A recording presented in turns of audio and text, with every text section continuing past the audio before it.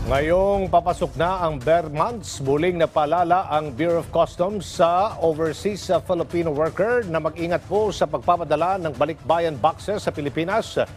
Ayon kay Customs Assistant Commissioner at spokesperson Vincent Philip Maronilla, mas makabubuti kung titingnan muna sa website ng Department of Trade and Industry ang accredited na forwarders at consolidators na maaring padalahan ng balikbayan boxes para maiwasan ang anumang aberya sa pagpapadala. Pinag-iingat din ang mga pamilya ng OFW sa mga love scam na nagkukunwaring may matatanggap na package kapalit ng pera.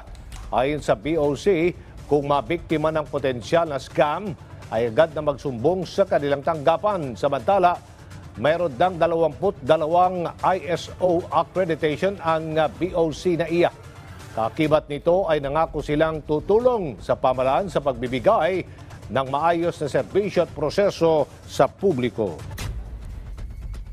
Pakitingnan po yung DTI website o kaya po mag-exercise po ng extraordinary diligence sa pagpili po ng consolidators o ng mga forwarders na kung saan niyo po pinagdadalhan to.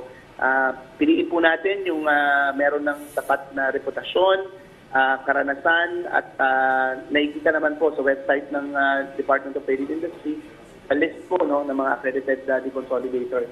Maaari po kayong mag-coordinate sa Deconsolidators Association of the Philippines o yung DDCAP para po sa mga listahan ng kanilang miyembro kung saan meron po silang rating at meron po silang sariling pagbabantay sa kanilang miyembro para maiwasan po natin yung mga issues again sa pagpapadala ng balikbayan boxes na maluloko at hindi po mapapadala sa ating mga mahal sa buhay.